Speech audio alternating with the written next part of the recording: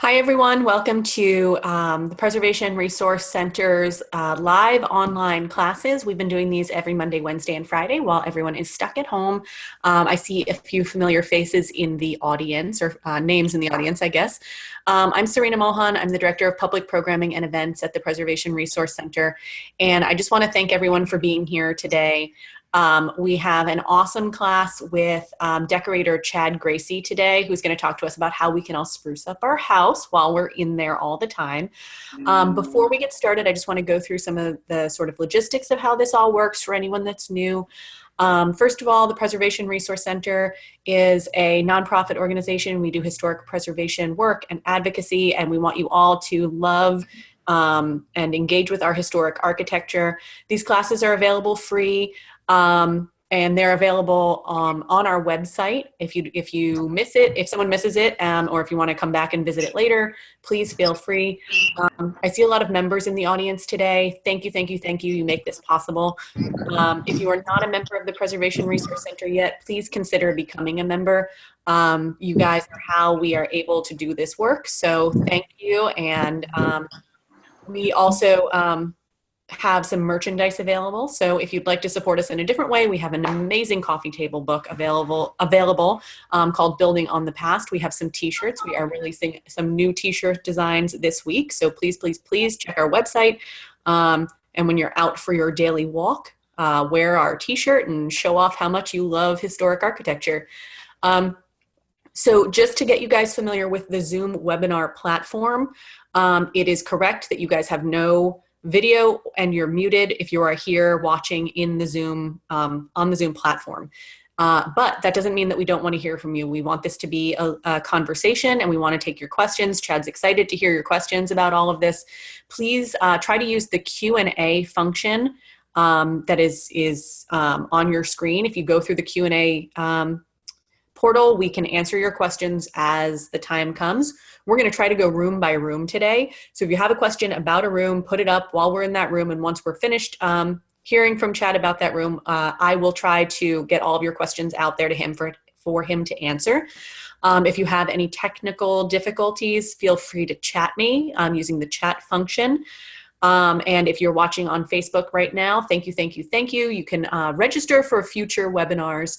If you would like to come to the classes and ask questions, all you have to do is register and come in through that, that portal. So without further ado, I want to introduce Chad Graci, who is our wonderful host today. Not only is he our teacher, but he's the host because he is really taking us on a tour of his house in addition to answering our questions.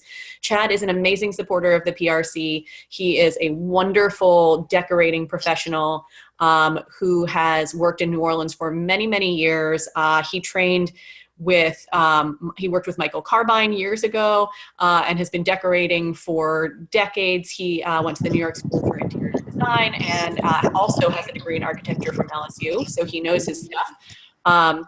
And Chad's also a neighbor of mine, so it's funny that we are doing this, even though I could probably see you if I walked down the street. So thank you so much for doing this, and take it away.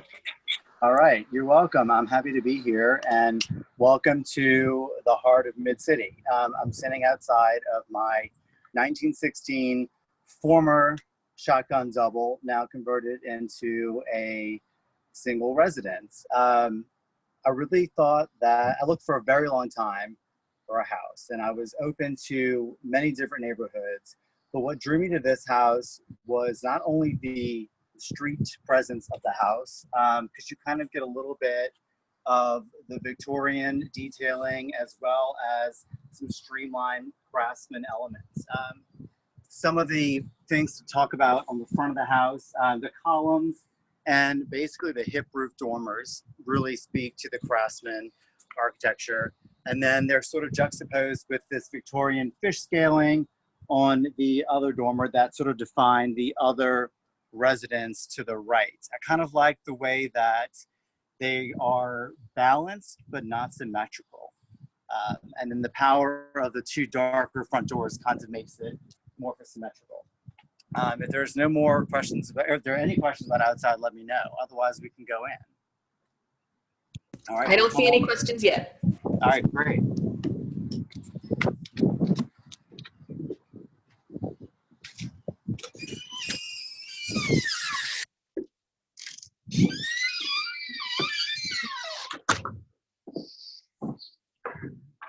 Okay, here we are in the living room, and I think there is a before photo that you can probably see on your screens of this room. Basically, the entire house was sort of that very cold gray color with bright white trim and sort of basic fixtures throughout. It was fine. What I needed to do was sort of lessen the harshness and horizontality of those colors. So I kind of started by softening the palette all the way down. You'll see this white color, this sort of warm white throughout the house to connect the public spaces. We lost the video. Are we on? No, we are on, but let's see. Okay, there we go. Just shared the, Yeah. the before picture. I think I had a second getting it. It took a second to get up. So we're back to you, Chad. Okay, When we go into each room, let's just take a second so that I can get the right screen share up and then move on from there. Sorry about that. All right. Sounds good. Do you want me to start over with this room or we're good? We're good. Okay, I great. think we're good.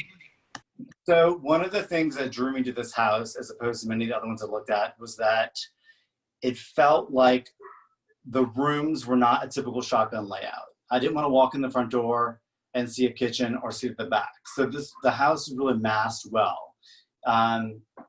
As you can see the dining room peeking through beyond, but it still doesn't feel like a shotgun house.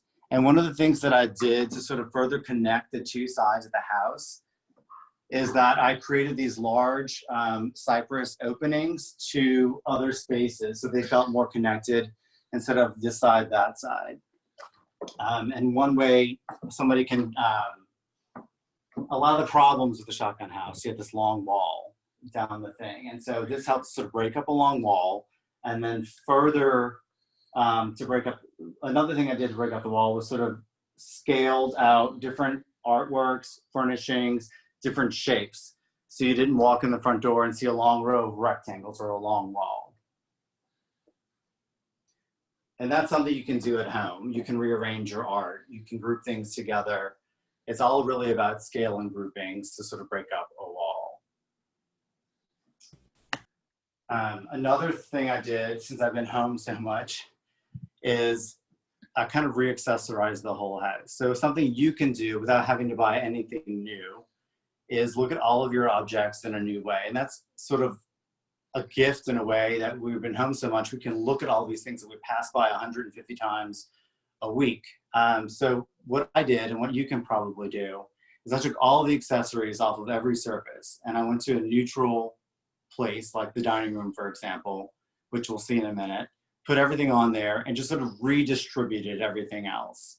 I kind of grouped things according to scale and height and like items, as you'll see throughout the house. So for example, this side table here, I like to call this sort of a cascade or a step down effect. As you can see, it's high, then a little bit lower, then a little pair to offset that, and then some books as a massing to raise up the little dish. And the point of all this is to have a balance without having perfect symmetry. So a tip though is, no two things should really be the same height on a side table except for a pair. And I like to keep pairs together when possible. Oh, there it is. Before we go into the study, do you have any questions about the living room? Yeah. So someone wanted you to sort of revisit something you had said about changing the gray color out for that softer white color. And sort of you mentioned that had something to do with changing the horizontality, like how the horizontal lines in the house look to you. Can you sort of elaborate on that a little bit? Sure. I just thought when I walked in the front door, all I saw was this sort of tunnel back towards the back of the house. And so by taking out the cold gray and the harsh white, I sort of softened the lines of the architecture a little bit. It's all the same color from the ceiling down, but the finishes are different. And that kind of gave it a little bit of, I guess, a texture difference. And also to get rid of the gray and white, was a way for me to soften some of the chunky architecture of the Craftsman house. I just thought that when you walked in, there were so many different levels and things happening that it all kind of seemed to be the same color. And you'll see throughout the house where there are rooms with color in them, but they're sort of separate and off sort of the main flow through the house. I really wanted this to feel light and connected. And the gray and the white really were a little jarring. He said, thank you. Chad, can you tell us what color white you used? Yes, the front of the house is bone white. It's the perfect white in my mind because it goes with blacks and whites really well, or it can push towards sort of like a brown beige color story. It's got a hint of yellow in it, but not too much. It's a very soft white. Chad, who is the color by, if someone wanted to? It's Benjamin Moore bone white. Great, thank you. We have one more question, and this you can answer it here or at any point throughout this. I think this is a really big question. Okay. But somebody's asking how you combat clutter in the living room, particularly as it pertains to too much stuff on the coffee table. Are you saying I have too much stuff on the coffee table? No, they're saying, I think, that you don't have too much stuff on your coffee table, and some people out there, myself included, sometimes have too much stuff on their coffee table. And so as a professional, what are your tips for avoiding that? I think it goes back to scale and like materials and like things. If you look at this coffee table, there are basically three things on there. I think anything more, especially with this mirrored top, would feel very busy. I really didn't want the eye to feel overwhelmed by the things in the room. I wanted the things to sort of shine individually. And so again, you know, I'm using books as sort of a massing to separate glass from glass. And then the texture of this is a lot to take in. So it's kind of standing on its own. And believe me, since I've been home, this has been redone about 12 times. So this is today's iteration of the coffee table. But generally, I like to think of a coffee table as sort of a more spare look because it can get cluttered, especially in New Orleans shotgun houses where you walk in the front door and you can see everything all in one glance for the most part. And you'll see that throughout the house. And we'll talk a little bit more about grouping collections and how they're best displayed. Great, thank you. I think that those are all the questions for this room for now. Okay, great. Well, let's go into this study. You just step this way. So, I don't know if the picture's up yet. I'm gonna pull it up right now. This was sort of a lonely third bedroom that didn't have this arched opening. I did not need that, but I still did need another space for guests. So what I did was I thought it'd be great to have another public room that could also double as a guest room and a home office as needed. So this is a pull-out sofa actually. And then I opened up the opening here and added some bookcases. Hold on, can you guys actually, I know everyone wants to see the bookcases. Can you angle toward the front door that's in that room? That's the angle that is shown in the before picture. So I want people to sort of orient themselves to the room. So this is the front of the house here. Perfect. Okay, so, you know, all of a sudden our lives really have changed in a way that we have to work from home. That's the very bare minimum that our lives have changed. And so something I had to do at home was to make this space actually function as an office and not just another pretty public room to sit in or pull out when I have guests and things. So the first thing I did was I turned my desk, and you can do this at home too. Obviously you can orient your desk any way you want, but it was facing the wall before. And if I was going to be at this table for about 3 or 4 hours a day, I didn't want to look at the wall the whole time. So the first thing I did was turn the desk to look out towards the living room. And that also prompted me to rearrange the throw pillows about 16 times because now I looked at them from a different angle in that room. So that's just one little thing you can do in your home office, is to make sure you like what you're looking at.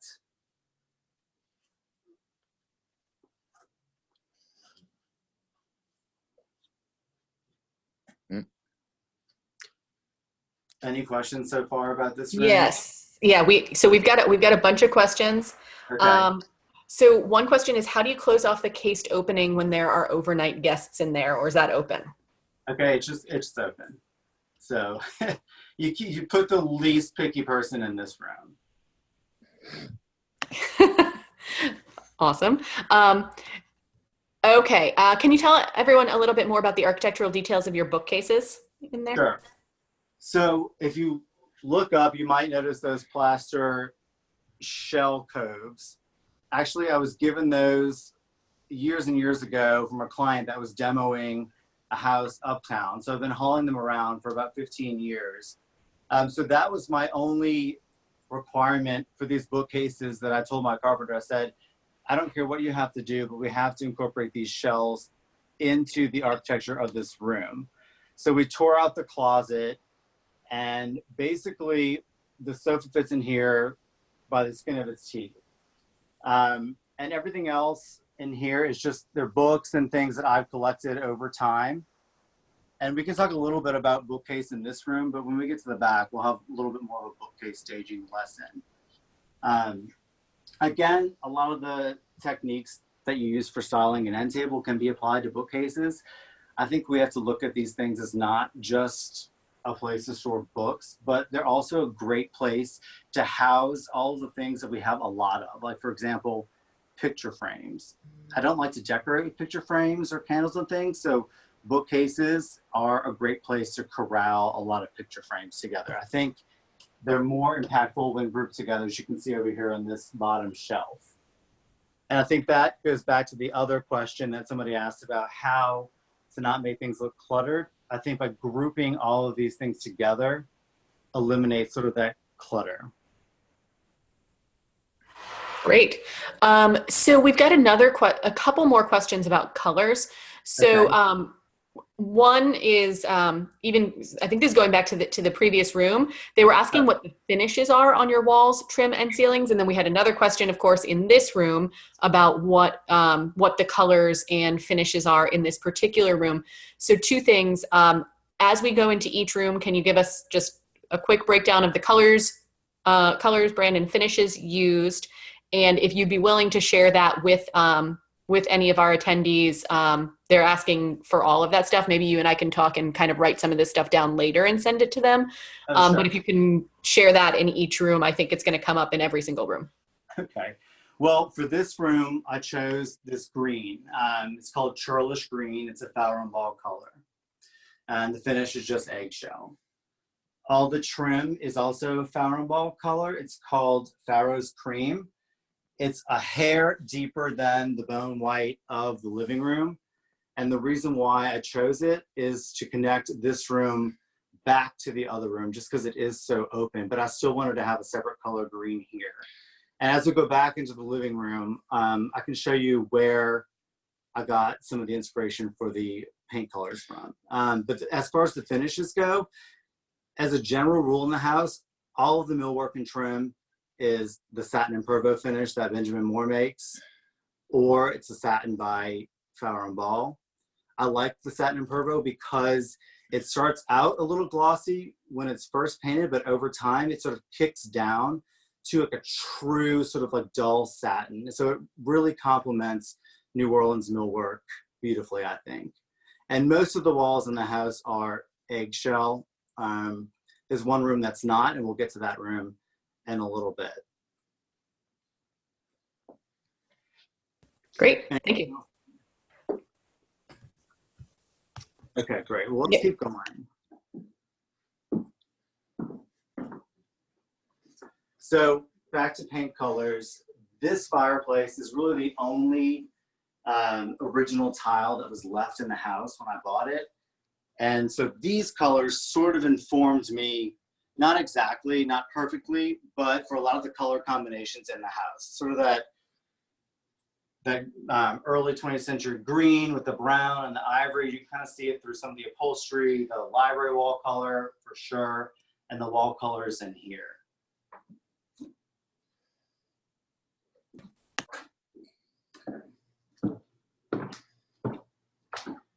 Okay, moving back this way. So this is the second large cypress opening in the house that I used to break up the center wall of the shotgun. So through this entry is the actual guest bathroom and bedroom. So whoever's not afraid to sleep in that room without a door can go, whoever is afraid to sleep in that room can go in here. So in here, again, the colors on the wall, and the colors of the trim are the same as the living room, but the walls are sort of a faux ashlar block pattern, just to give a little visual interest as you walk by this vestibule. But it still is the same sort of undercolor of the rest of the house.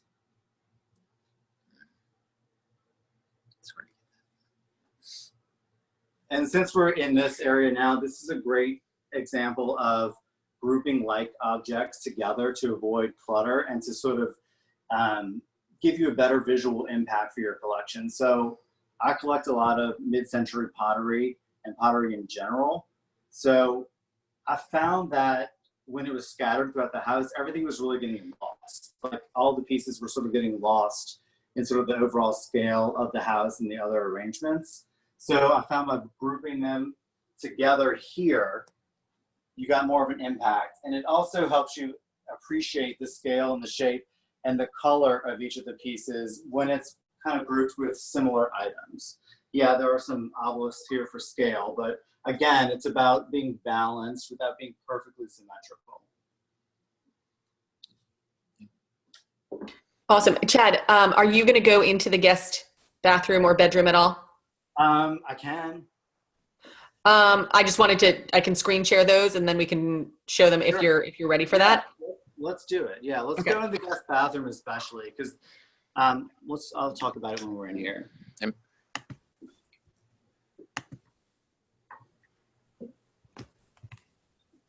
So one of the great things about this house, and why I was able to do so much, is that I didn't have to do everything all at one time. All of the major systems and all the major rooms were in the right state, in the right place. So they really should be connected visually, and the finishes really needed to be amplified and upgraded. So this, if you can see in the picture, this just had like a basic black and white tile floor. I just put in this very simple Carrara in an interesting pattern that actually mimics the brick pattern from the front pathway. And then this slab was just a remnant from Pierre Tile remnant sale. So it was easy to sort of change up this bathroom. Now colors in here, this is a Farrow & Ball color. It's called Dead Salmon. I just thought that the way this sort of subtle dusty pink looked off of the ivories of the rest of the house was interesting. And again, this is sort of off the main thoroughfare of the house. So in my mind, it was nice to sort of like go through and look to the right and see the green room. Look here to see the more dusty pink room. You know, the colors are sort of intentionally off the main thoroughfare.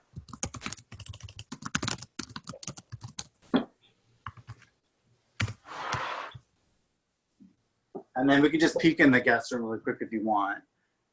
Again, colors on the ceiling for a change.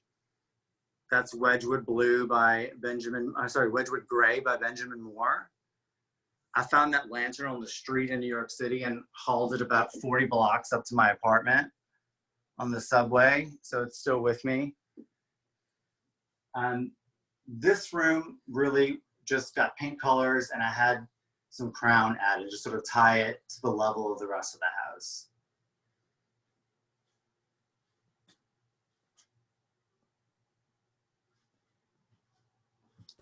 Chad, someone's actually asking a question about paint finishes again that I'd love to just get to. Sure. They're asking you why you choose eggshell as opposed to semi-gloss for your walls.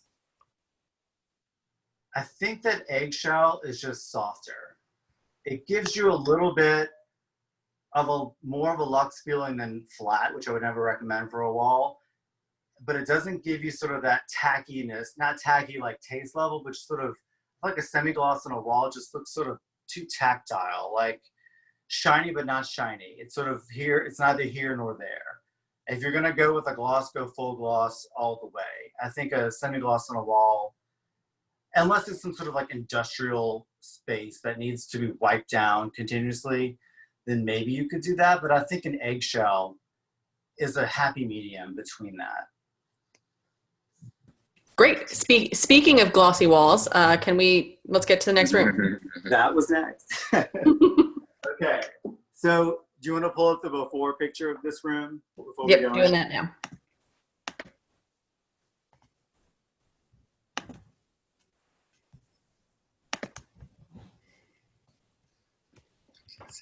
So it was like, yeah. Okay, the before is up. Okay, great. So as you can see, this room had that sort of gray wall with that bright white trim and that sort of basic utilitarian floor. This is the powder room that most of my guests use. So I kind of wanted something a little daring, a little glamorous, a lot more interesting than what it was. This room is probably one of the biggest transformations. If you want to step in here, I don't know if you can see me. Now this room, speaking of finishes, I chose to go full gloss in here because this was the most sort of contained and separate room in the house. So I could really go all out with the finish. And then before I kind of decided on this gloss finish, I wanted to do a wallpaper. And I really couldn't find something I wanted to commit to. So my concept here was just to make a wallpaper type effect with all these little paintings. And these are picked up at estate sales, auctions, flea markets, everywhere. And sort of, again, the grouping and the massing of them is more powerful than the individual piece. Other things I changed out here sort of glamorized the space. I did a faux tea paper ceiling and this little Art Deco wall-mounted vanity, again, from just a piece of marble from a remnant sale. So Chad, we have a few questions about this room. Someone's asking, is that full gloss or officially a lacquer paint? And can you explain the difference? Sure. I mean, lacquer is a process. It's sort of a Japanese process. And involves like, a resin and things like that. So this is sort of a full gloss paint process of this as well. There's a few different ways to achieve this look.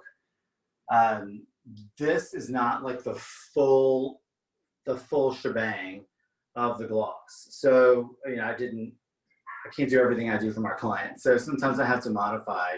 So this is a fine paints of Europe paint. And it's their full gloss, but it still requires 3 coats with a light sand in between each coat.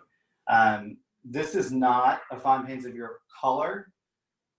This is a Benjamin Moore color called Waller Green. And I matched it so I matched it to that paint so I could get this gloss effect. Does that Great. help? That's awesome. So many questions about this room are coming in. So one person is asking also sort of, I think with regard to your collections, and you were saying that you go to flea markets and all sorts of different places. If someone's on a budget and they've got a lot of wall space to cover, they want to start collecting in a budget friendly way, what are some of your tips for how you really start that process and amass a collection that you love? Really, I think you just go for what you're initially drawn to and what you like in your budget. I mean, you could find something that speaks to you from a thrift store or anything like that. I mean, I guess it just depends on what you like. I started this little collection just because I found, I don't even know where it is, one of these at like a little garage sale. I was like, oh, I love the way these landscapes look. And I just sort of started gravitating towards small landscape paintings. And then it was like I had so many that I just needed to figure out a way to display them properly without overwhelming the rest of the house. So I think just start with what you like, and then build on that. And you might not even know what you like at first. You know, you might find yourself all of a sudden you've got like 10 pieces of little small weird pottery things. Like, oh, I guess I do like this sort of a collection.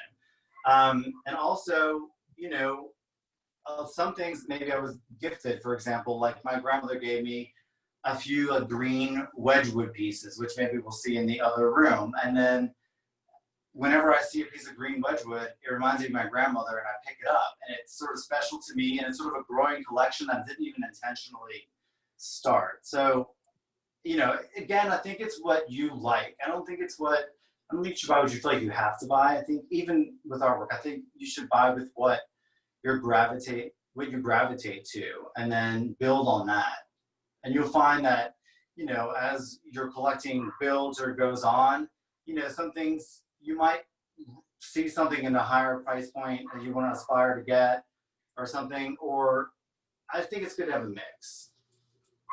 So it doesn't necessarily have to come from one place or one price point. It could be from all price points. I think it's the overall effect that is important and what it means to you. Awesome. And with the art that's in here, are those all in the frames that you found them in, or did you reframe those items to hang them in here? It's really a mix.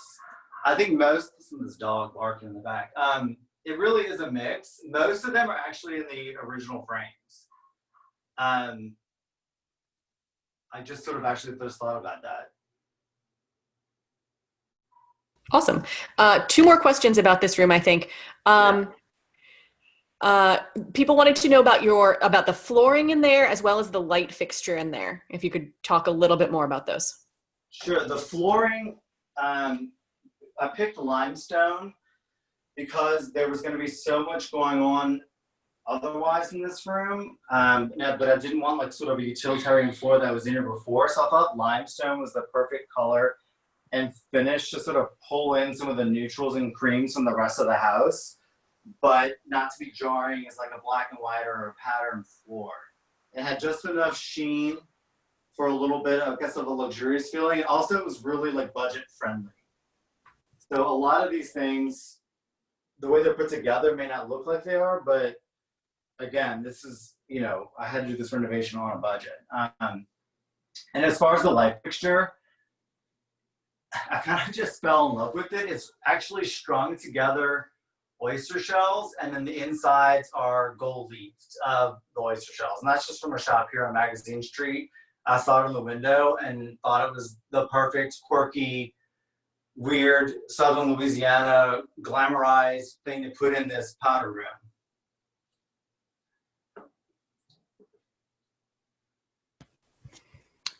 Great. And where did you find the wall hung vanity?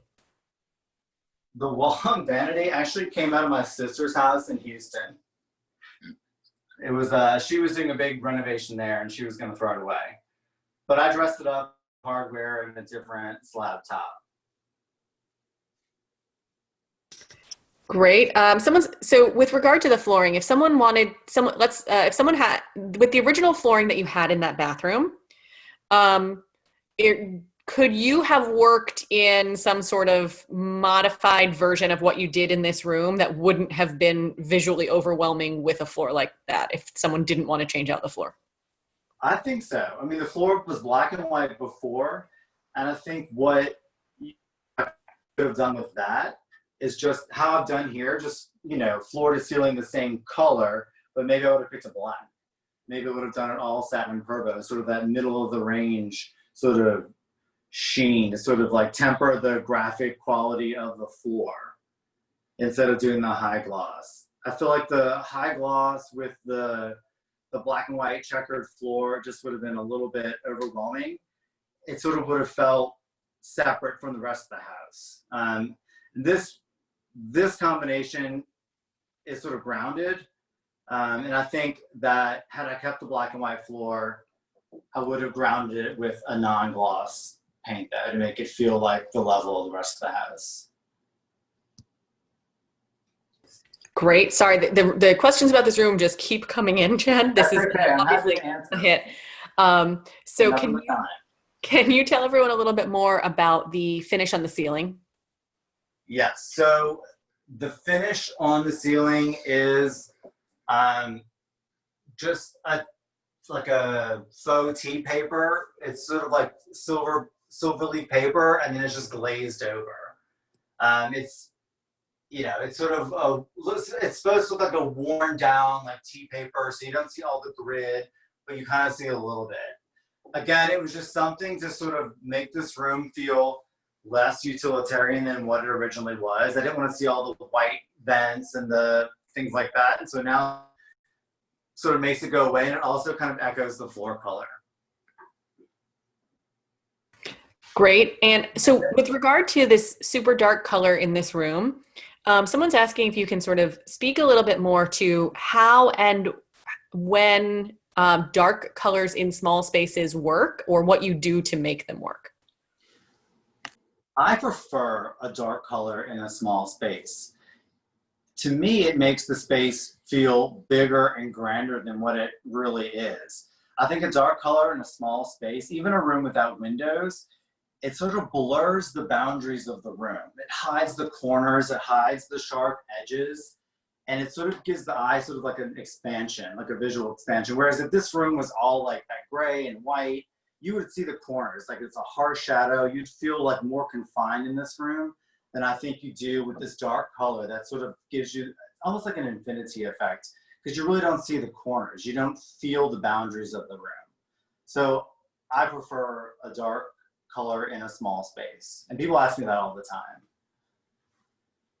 Can you guys show the doors to the closet in that bathroom again? Sure. So that's the laundry room in there. We're not going to open that though.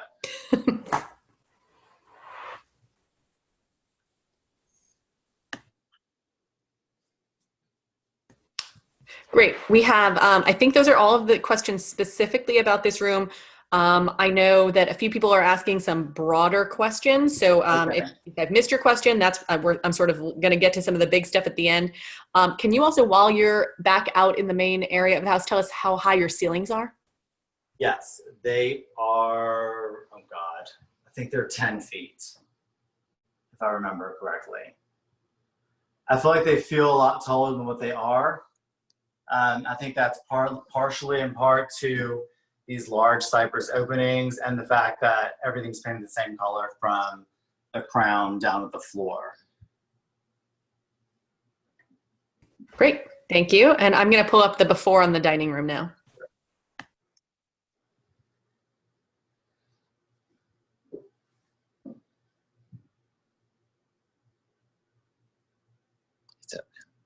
It's up. Okay, great. I mean, this room really didn't change all that much aside from paint color and art. But I did install this large built-in mirror piece of antique mirror over the mantle because you saw it from the front door, and going back to what I was saying, I didn't want another rectangle on the wall there. And this room gets very dark. So that mirror there reflects the window and sort of helps elongate the space and brighten it up a little bit. And going back to sort of things that you can do at home to sort of change what you've got going on. So this room, these hurricanes were in the living room. I couldn't figure out why the table wasn't working, so I thought maybe it needed some height. And then I was going through some old dishes in China, and I found this soup tureen. Like, why not just put this out for a change? So again, it's a scale, it's a pair, but it's a high-low. Great. And so actually, there's a huge, beautiful piece of artwork sort of right in front of where you're standing, which brings up another question someone was asking back in your living room. But they would like you to talk a little bit about how you choose to mix your more modern pieces with more traditional, and with regard to art and furniture. I think it has a lot to do with frames and scale. I think that older, more traditional paintings have a way of like sort of commanding a space. Even though this is a modern painting, it is made to command this space instead of another piece of furniture. I think the mix is all about a grouping of scale and like things. If you remember that grouping in the living room, those are all sort of mid-century inspired paintings with different frames. Can you hold on? Let me go grab this seemingly enormous beast that's barking in the back. Excuse me 1 second. Baron, come here, dude. Come here.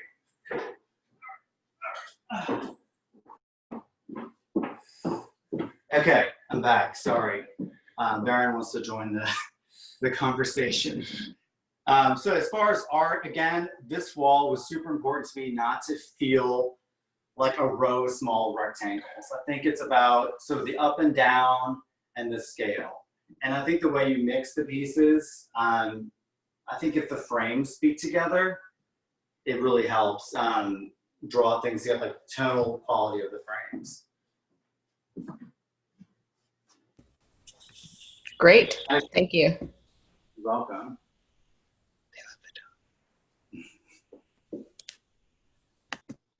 So I thought maybe we'd go back into the kitchen and family room now, and I have a couple of things I wanted to show you about bookcase styling and tablescapes, if anyone's interested in seeing that. Perfect. Why don't I'm going to pull up the kitchen befores as well as the den befores so everyone can kind of see that whole great room space. So give me 1 second, I'll get those up. Sure.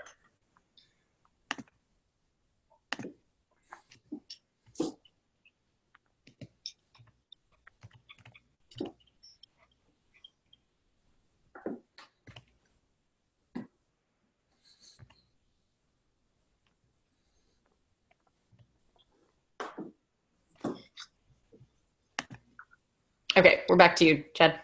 Okay, great. So this is the third large cypress opening that you entered from the front of the house to the back of the house. And that also just further kind of continues that rhythm of these openings that are all the same height and the same material. A lot of the doors, I forgot to mention this, were also brown wood, and all the mantles were also brown, but I chose to paint those, again, to go back to my point about softening all of the architecture. I thought that if I left a lot of the brown things, it would sort of detract from the power of these three openings to divide the spaces in the house. Coming into the kitchen, I did not do a lot in this kitchen. All I did was paint the cabinets. And again, you see a high gloss here on this island, because I wanted this to feel more of like a piece of furniture, not like a stock cabinet. But these are all the cabinets and tile and countertops that were here. So I changed all the hardware myself. These were like bright brass, and I darkened them just to give it a little sense of age. Painted the cabinets, and I just wanted this to feel like another room and not a kitchen, because it is sort of a pass through to another living space in the house. So it really needed to feel connected. So if you see, there's like furniture in here and paintings. Chad, with regard to the changes, the modifications that you made to this kitchen when you moved in, someone specifically is asking if changing out countertops is a cost-effective way to sort of spruce up a kitchen, but it sounds like you really sort of did everything but that. Can you talk a little bit about sort of what the process and cost is on making some different changes in a kitchen if you don't want to redo the whole thing?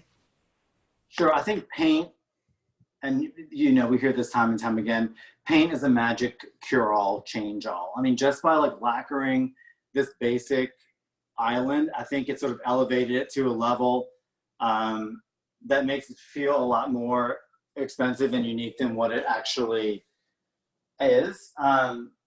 I think a budget-friendly way to do a countertop change is to maybe don't change out all of your perimeter countertops, maybe just change the island top if you don't want to paint. I mean, you can go to a remnant sale and get a piece of marble and just change out the island, and I think that would change just the island top, and I think that would highly change the feel of your kitchen. And I also think playing with the finishes of marble is also an effective way to do that. You know, maybe the island is honed and the perimeter is polished, but different stones. I wouldn't do that with the same stone, obviously. Also in here, there was a hanging pendant that I removed, and I just opted for surface mounted directional lighting. Just too many, it was going back to the thing of too many hanging things from the ceiling. It felt like a lighting showroom. So I think just as we were talking about sort of scale ups and downs and shapes along the wall, that also rings true for lighting and rooms that are enfiladed, meaning rooms that you can see from one to the next. You just really don't want to see a string of different light fixtures. So dining room chandelier is a hanging fixture. These are ceiling, and then we go back. Well, these are the original ceiling fans, but those are hanging as well. But the goals in here were just to do minimal upgrades for a cost-effective changeover. Chad, can you repeat whatever that word was that you just used for when you can see from one room to the next? Sure. And spell it. Like it's a French word. Enfilade is like sort of a series of rooms in a row where you look through one room to see into the next. So like it's an enfilade of rooms, basically. Got it. Thank you. And then, sorry, one more thing about painting your kitchen cabinets. Sure. Is this something that you would recommend people do themselves, or do you have any contractors that you know of that would take on a job like that? Like, how do you get that done in a way that looks good? Okay, I think it depends on your cabinets if you want to do it yourself. Like these, I would not have attempted to do by myself because these were just sort of contractor grade, like stock cabinetry that I really just dressed up. I had a painter come and do these because it involves, you can't just slap some paint on the cabinets. It's a sanding, it's a priming, it's a couple of coats. You want it to last and you want it to look good. I mean, I think had I tried to do this myself, it would have been sort of a disaster.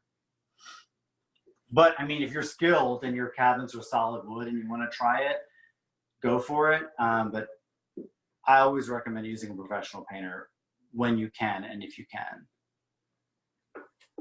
It might save you money in the long run from having to redo things. Great, thank you. And with regard to the lighting, you were talking about too much sort of hanging lighting and, one after the other. How do you recommend selecting lighting for these types of shotgun spaces or these open floor plans where you need different lighting for different uses, but you don't want to have, like you said, a lighting showroom? I think that it's important to have things that hug the ceiling and then bring importance to the things that don't. I mean, this is a bad example with the fans because, these are just fans. But like in the front, for example, there were fans in that front room, in the living room. And again, they were distracting. It's like you saw all these things hanging from the ceiling, the bright white of the trim, the gray of the walls, the bright white of the base. It was just too much to take in visually. So if I ever put light fixtures back in that room, then it'd be like some flush mounts or something. And I think it's just nice to have a varying degree of things that hang at different heights. And that's also a good way that you can mix styles as well by changing the types of fixtures and the way that they hang from the ceiling. Thank you. That's great. You're welcome. I think those are all the main questions for the kitchen for now. Okay, great. Well, let's go back into this family room. And I think you had some of the pictures up there. This room was very important for me to get right. As you saw, sort of this right side of the room, sort of a no man's land with a small window and a strange closet door. And then there was this one French door here. The room was incredibly unbalanced in a space that was already an L shape. So it just felt like there was nothing to do over here. So the major thing I did for this room was I went to the salvage yard and found French doors that were similar style and shape as the ones that were here. If you notice, the transoms are different, but it's what I could find, but they're the same height. And so this sort of anchors the room and brings more light in.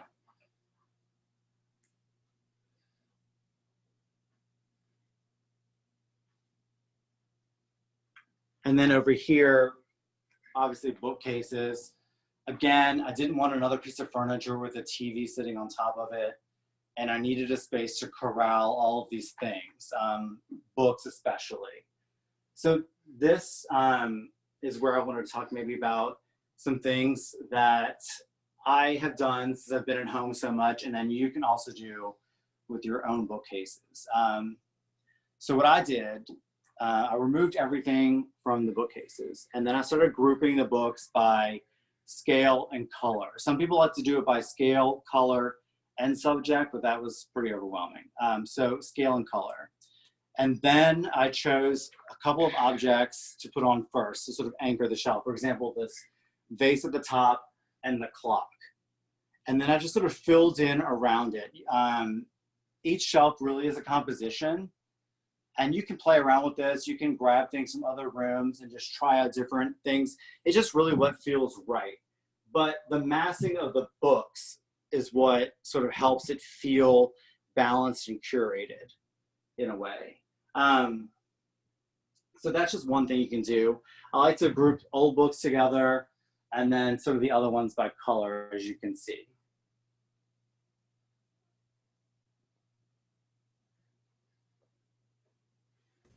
And then, Awesome. I don't think we have any questions about the bookshelves right now, just so you know. And we're starting to get tight on time. So if you wanted to do anything with your master and visit that, we should move to that, because then I do have some general questions for you when you're ready. All right, well, let me put together this side table, because it's something also you can do at home. I sort of broke down this side table just so you can see how you can create sort of a layering effect and then still have balance. So I've done the left side table. So what the goal is here is to sort of balance that scale-wise. And I'm going to try to put the dog down. Hopefully it won't go crazy. So what I'm going to do is sort of start with two books around the same color. They kind of act as a pedestal for height as well. And